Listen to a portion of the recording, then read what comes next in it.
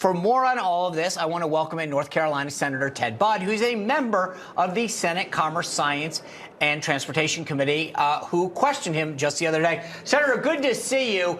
I don't understand this. At a time when we're worried about aviation safety, we want a guy whose only experience is 2 years running an airport, hardly instills a sense of confidence in safe skies.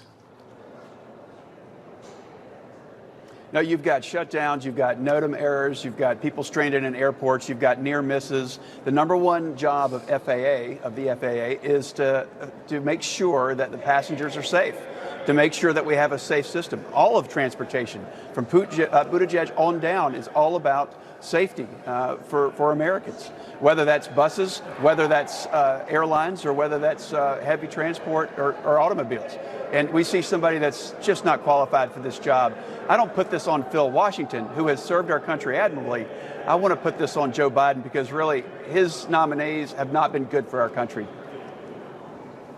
While we're on the topic of transportation, because you brought him up, and speaking of qualifications, Transportation Secretary Pete Buttigieg, many people have been criticizing him lately, saying that actually this administration was playing politics with the Transportation Department, and we've seen some of his missteps. Many people are calling for him to step down on Capitol Hill. Would you agree? Do you think that he should resign? Yeah, it's time for him to step down because remember, you don't need to play politics with these jobs, as evidently Joe Biden has done. You need to focus on the mission of the department, and that's for safety.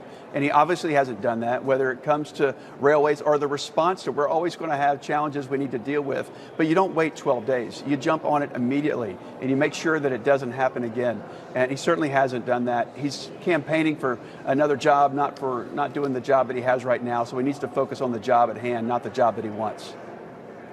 So I want to get back to this FAA nominee, right? So you look at you're right. He served the country honorably, 24 years in the Army. That's great. And he should be thanked and praised for his service to the country. But at the end of the day, the FAA keeps us safe. We want to get on a plane and we want to know that it's going to take off and land safely, right? And we want to know that our pilots are trained. I heard some of the questions that you and Senator Cruz and others asked, right?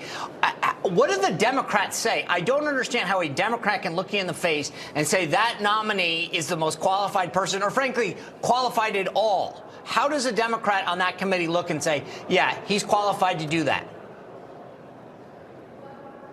You know, it's hard to imagine what Joe Biden and the administration that put forth this nominee is even asking, because this is somebody that understands buses, if that. And then there's ethical challenges there as well when it comes to buses and how he ran it in Los Angeles. He doesn't understand the basics, how an airplane spins or stalls, different types of drone categorizations, all these things that you need to have intimate knowledge of if you're going to be the FAA administrator. And he just doesn't have that. I was able to question it. Now, if you look at the hearing today with acting administrator Billy Nolan, we may not align politically, but he certainly knows his stuff. He's worked for 3 airlines. That's somebody that we could put forth, and as Senator Cruz said today, would probably have no problem getting approved by the Senate. But evidently what we have in Phil Washington is just not up to the task.